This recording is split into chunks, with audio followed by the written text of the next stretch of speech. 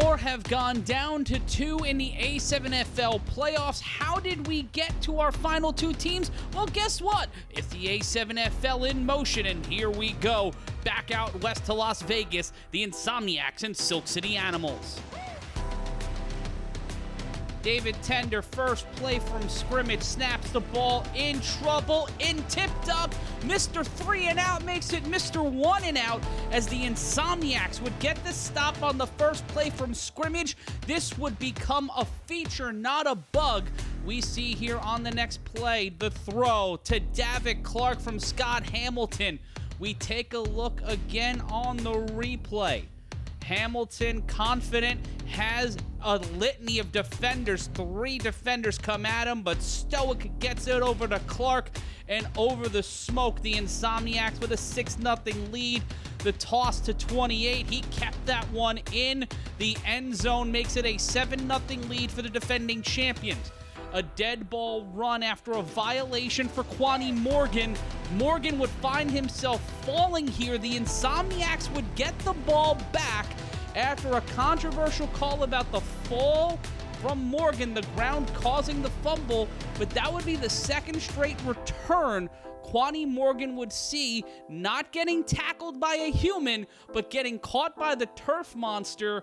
Morgan and his cleats were not a fan of the turf over at Pinecrest Cadence this past Sunday on the field. It felt like 115 degrees. The Insomniacs would get the ball back, but they would not score. The defending national champions would not score, and it would remain 7-0 until the 3:46 mark. We see it here. Tender would get the throw over to Wingo. Larry Wingo would have to step up for missing Manny Diaz, but he took it a little too lightly, had to turn the afterburners on almost too late, and finds himself in the end zone to make it a 7-6 game. Wingo with a beautiful catch. If he just runs it into the end zone here and doesn't take too much time, I talked about it on the broadcast, this is not a team you want to do any of that stuff with. The Animals would miss the extra point. We go to the second quarter now. Hamilton would throw it, get it over to Carswell, and Big Bill Carswell coming over from the Vegas Gold. It would be 14-6. They'd get the extra point. Tender to the end zone, and Carswell would get himself an interception on the day, and that young man has been talking. He has been taking a focal point as one of the more vocal members of this team. Hamilton a little bit later on, though. That would end up going over. Been picked up by Trey Baskerville. Baskerville caused chaos with the quarterback, and then on the toss using the long arms, back-to-back weeks, Trey Baskerville would find himself in the end zone, snatching the ball away from the offense and giving the Animals life. They would not get the extra point, though.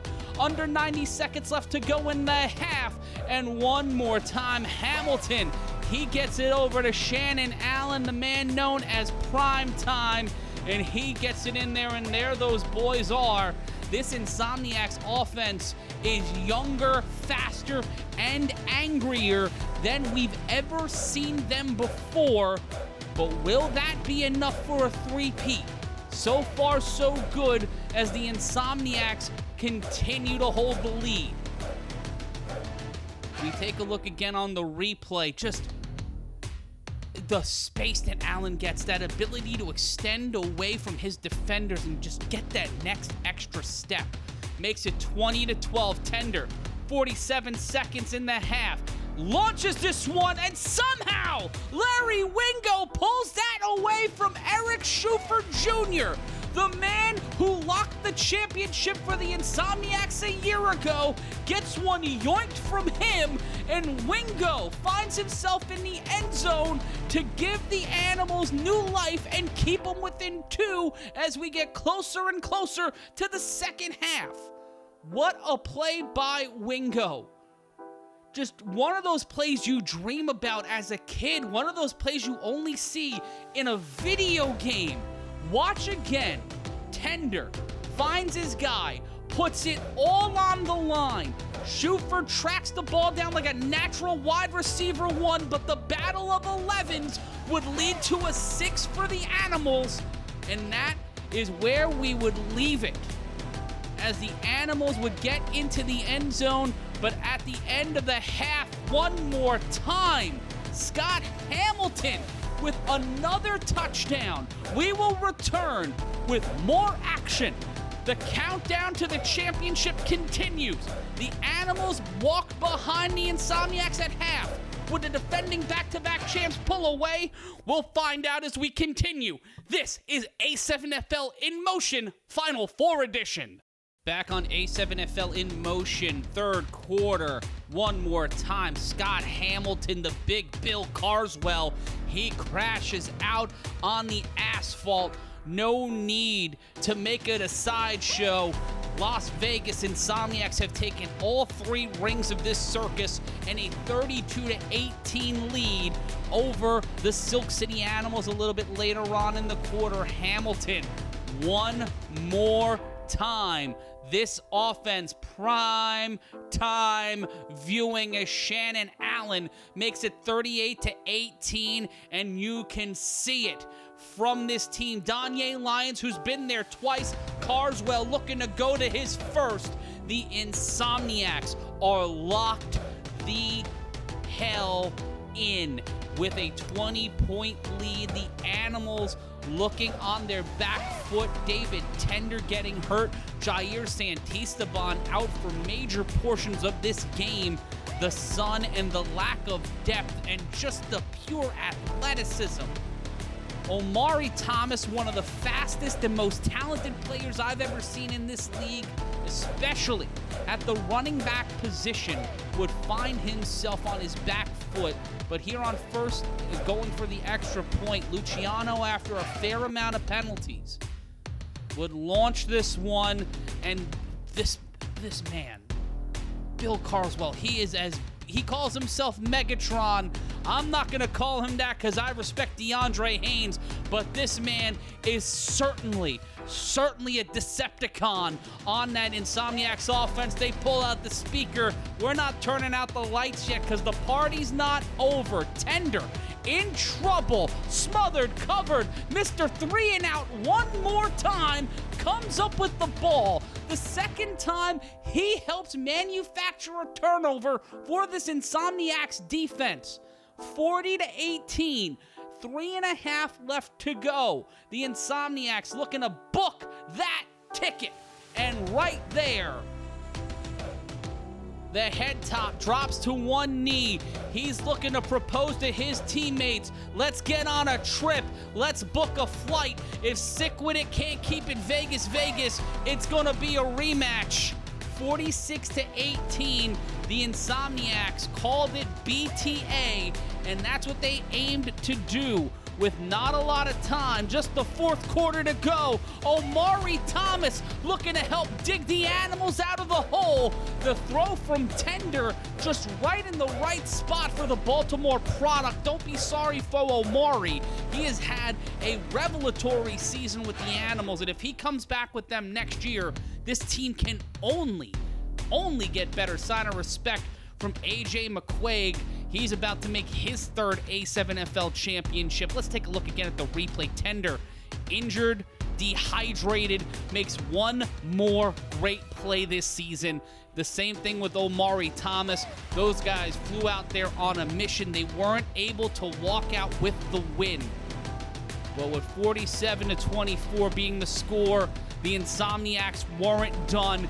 Davick Clark feels like he's got fresh legs. He wanted to go on a bit of a trot in the dry heat. And with 115 degrees on the field, the Insomniacs turned up the heat a little bit more, making it 53-24, and Scott Hamilton making history. Not just A7FL history, but organized modern non-college football history. The first person to ever throw 8 touchdowns in an organized modern pro game. What a play from Scott Hamilton as the Insomniacs all but clinch their third straight trip for a shot at $25,000. And just pardon me, sir, excuse me, I have an appointment. I am late for a train. He is like me when it's 4:45 and the train out of Penn is about to run out the station. He is focused, he is carrying, he is not fumbling the bag, and he is sliding right on home. And with 3.5 minutes left to go, Luciano would step in, and it would be Eric Schuford punching it in one more time to make it 59-24. And Luciano, with his massive mustache, the man looking like a plumber, sealing the gaps one more time, making sure everything is paid in full. 60-24 is your final score. When we return here on A7FL in motion, we go to Wid It BIC. Who will meet the defending national champions? We find out more after the break.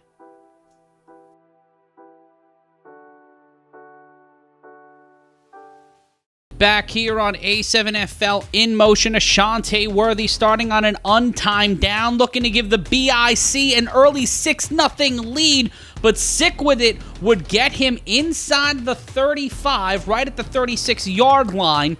Later on the drive, the BIC would see Codrington and Worthy hook up and get some decent yardage and a flag, but Codrington on 1st and goal, slip slide, walks this one in, makes it 6-0. The BIC would take the lead. Codrington, having a iconic season, has yet to throw an interception ahead of this game. Make it 6-0. They missed the championship points. Kenyon Stone King, biggest game for him to date, hands it off to Betts, and M. Betts gets it into the end zone, calls himself MB. Must be getting points on that one. Makes it 6-6. And in the second quarter, the Insomniacs may have to face either of these teams in a rematch. They may not want to face that man. Ashante Worthy gets his first touchdown of the day. Let's take a look at the replay off the screen. Carnell Wachter helping on the block as Ashante Worthy found the seam, found daylight, and it is hard to beat that man in a dead sprint, especially when he's got that 5 yards on you. Makes it 12-6, defending Eastern Conference champions. On the extra point, handing it over to Big Mook, runs this one on in, and the BIC have a 13-6 lead. A little bit later on, though, Trey Robinson at the 2-minute warning. Nothing can be understated about Trey Robinson's effort and place on the BIC offense and defense this season. He has taken the place of Courage Mosey. But let's look at this play from Stone King. Stone King in trouble, throws it underneath. That is one of the key plays of this game. Gets it over to Darren Palmer and DP, the man who entered this year with several A7 receiving records, shows why he's one of the best in the game, makes it 19-12. Last play of the half, Codrington cannot get it, cannot finish it. The throw to Worthy. Worthy couldn't drag it in, so we go to the second half. Trey Robinson again, I said he picked up a lot of what Courage Mosey did, and that right there is a big sign of that, the huge running plays from the former A7FL champion. And then Kason Campbell getting into the mix, the man known as KK. You could try to grab his pants, but you can't break his stride. Opens up a pack, puts 6 more in, gets a little bit of some hydration in the Vegas heat. Makes it 25-12. Let's take a look at the replay. Codrington just sees his man. What a year for the connection between Campbell and Sterry Codrington. So many options for him this year. Somehow, some way, able to keep his pants, his points, and his dignity. Worthy in on the extra point, and one of the most valuable players in the league will run in, gets a little bit of help getting into the club from Carnell Wachter. Why you do that, K-Wack? Why you do that? With 9:26 left to go in the third, the BIC would increase their lead to 27-12. But don't count out Stone King. This don't blink and miss it offense somehow, some way, breaks the camera, breaks the containment, slip, slide, And Sick With It gets back on the board and gets within whisper distance one more time. Sign the ball, young man. You made yourself famous. Gets it 27-18. Midway through the third quarter, keeps Sick With It within this game. Stone King's got an arm, man. What a throw. What a performance from Canyon Stone King. And Sick With It's offense. He's got Big Mo Ramadan. He's got all-decade Hall of Fame players in his face. And then you have Big Mook on the coverage. Not what you want, not what you need. Can't tackle with the jersey, my man. Slip, slide, and somehow, some way, the BIC defense opening the door for the Sick With It offense to keep pace.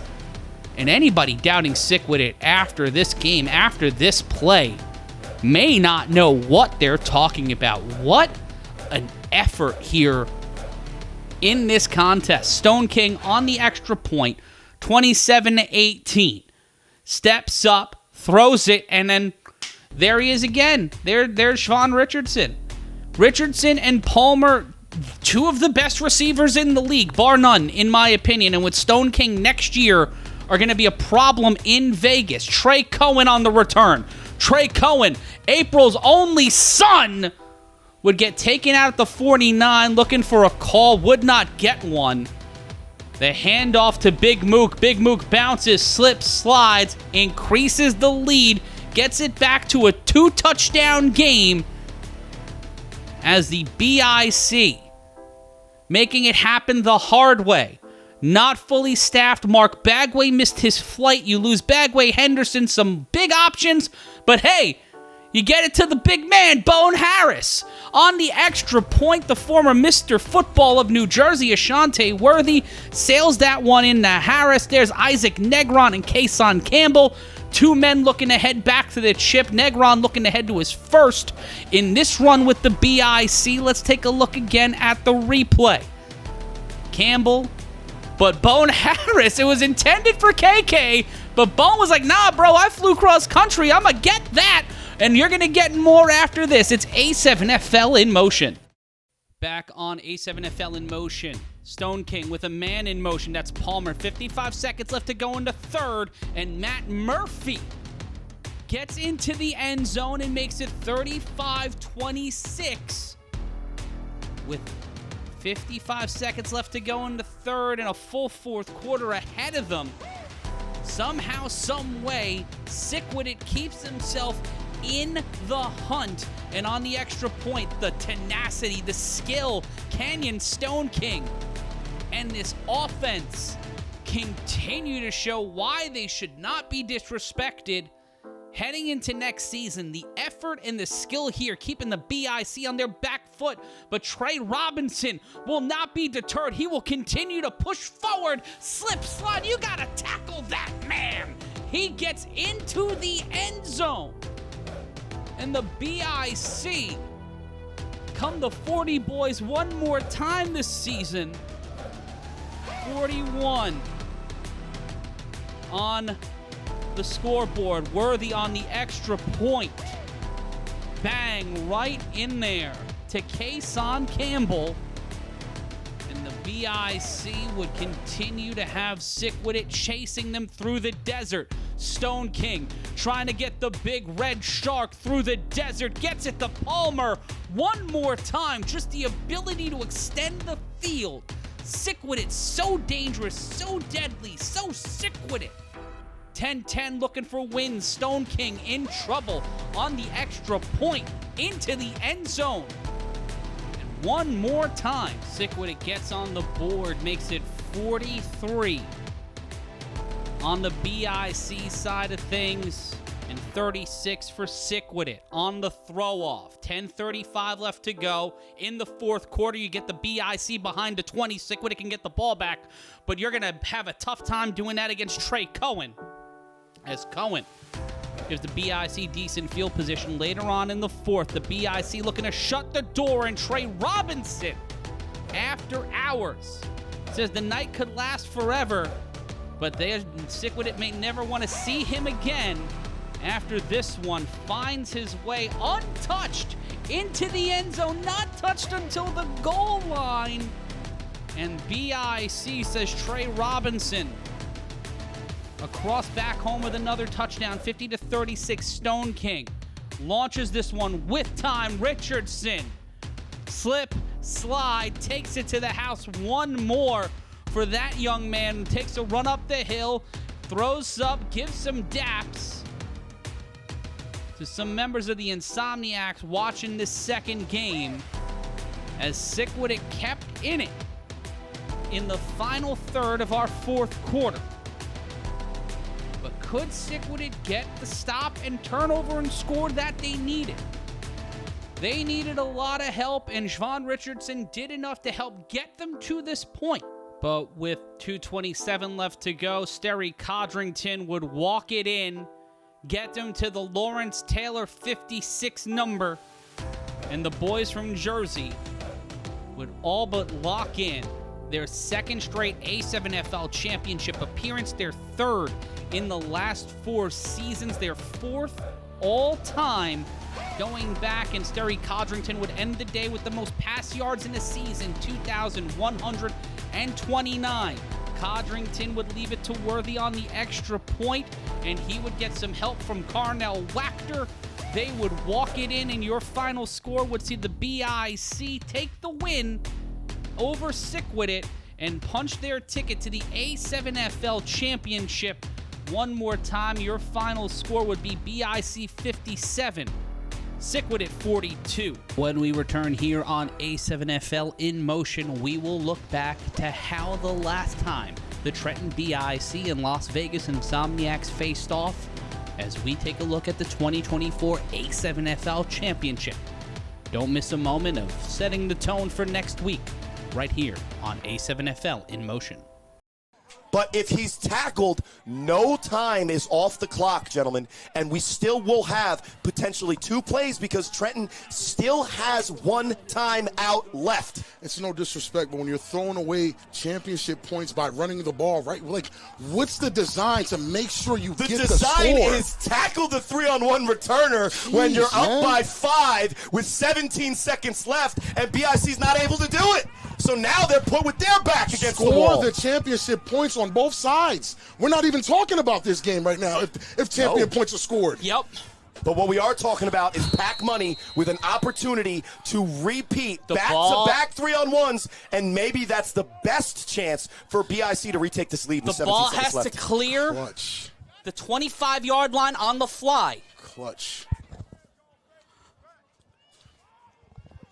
The stadium is silent. It is returning the ball. Bro, it is dead quiet. I've never heard the stadium this quiet. Pack throws the ball. Pack will get the ball at the 15. Stays in bounds. Catches it in bounds. Has some Pack space. gets through the first level of defense. Marcellus Pack stays upright, and he'll be brought down to the 30. That is a great tackle. And that's how you win a game. That's how you seal the 3-on-1 opportunity. Ooh. And if Pack didn't score but had an absolutely amazing return, we're still looking at this game as an opportunity with a realistic chance of BIC to score. But now, 69 yards. 69 yards stand in the way of BIC coming back. And what they're going to need to do, they have 2 plays, guys. They either need to get out of bounds or they need to get down after the catch or conversion quickly, because they still do have 1 timeout. And if you think that BIC is out of this, you don't know the constitution of the men in that huddle. But if you thought the Insomniacs were out of this when they went down 5 with 17 seconds left, didn't respect the you've never watched West Coast A7FL football. I told you, Insomniacs are a second-half team, always been. Yep. So have the BIC, but, man, like, it's who's guarding Ashanti? No one's guarding Kason Campbell. Under 16 seconds, Codrington will step up. He will launch this to Ashanti. Worthy! Intercepted! And that's the game! And the Las Vegas Insomniacs are back-to-back A7FL champions. Vegas is here. Vegas is here, ladies and gentlemen. They said they were just better. And they needed to prove it in the biggest moment, in the biggest game, in the biggest spotlight, and the Las Vegas Insomniacs Vegas is here, ladies and will win the A7FL championship. And before we get into breaking down the other stuff of this game, let us just set the table. This is the top level of A7FL. The A7FL, these two teams represent what it means to be a champion in this league. Now, with 8 seconds left, the Insomniacs solidify with the turnover that they're going to walk out of here as back-to-back champs. The first time there's back-to-back champs since the U. In 2021. But don't have any misunderstandings about it. BIC, great one of the players. wildest games in A7FL great history. Players. Down to the wire. Great football league. And a year ago, it came down to the same situation. The same thing happened. No championship points, interception at the very end of the game, just no Bunak blessings. The Las Vegas Insomniacs played their type of football. And that is how the Las Vegas Insomniacs became back-to-back A7FL champions. Next week on A7FL InMotion, we'll go over this game and the road both teams have taken to Sunday, June 22nd at the Dome in Jackson, New Jersey. If you want to join us live, go to a7fl.tv/championship. For us here, we'll see you next week.